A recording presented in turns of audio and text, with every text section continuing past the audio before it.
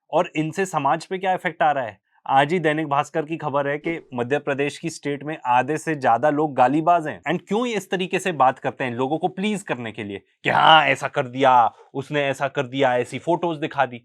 But ये journalism तो बिल्कुल भी नहीं है। बट हाँ, हमारा मीडिया जर्नलिज्म तो करता ही नहीं है। तो वही रिक्वेस्ट है कि अगर किसी भी चीज के बारे में जानना हो तो इन लोग को तो देखो ही मत। चाहे K-Rated देख लो या इतने सारे इंडिपेंडेंट जर्नलिस्ट हैं, आपको सोशल मीडिया पे ही आना पड़ेगा और अपने घर वालों को भी बता देना। अब मैं क्या बोलूं, मेरे घर में ही, मेरे घर के अंदर मैं जिनके साथ रहता हूं, one of the members said कि हमने तो कराची पोर्ट उड़ा दिया था। तो अब क्या बोलो? तो भाई ये गोदी मीडिया आपके दिमाग में सिर्फ गोबर ही नहीं भर रहा, एक्चुअली हमारी सोसाइटी को भी एकदम खराब कर रहा है। तो प्लीज मेरा तो रिक्वेस्ट रहेगा कि भाई आप अपने घर वालों को, जो भी देखते हो टीवी न्यूज, प्लीज खड़े हो जाओ, रिवोल्ट कर दो कि आप ये टीवी न्यूज नहीं देखोगे।